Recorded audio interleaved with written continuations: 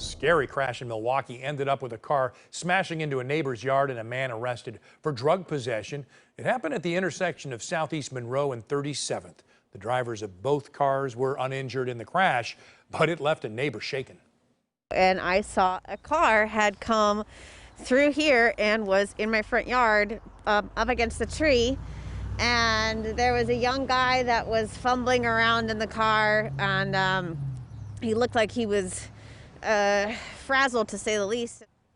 Well, the driver of the car in the yard, 32-year-old Michael Mason, left the scene carrying a bag. And he later came back without that bag, and then he fled on foot away from police. The bag itself was found to contain 4 ounces of meth and a loaded handgun.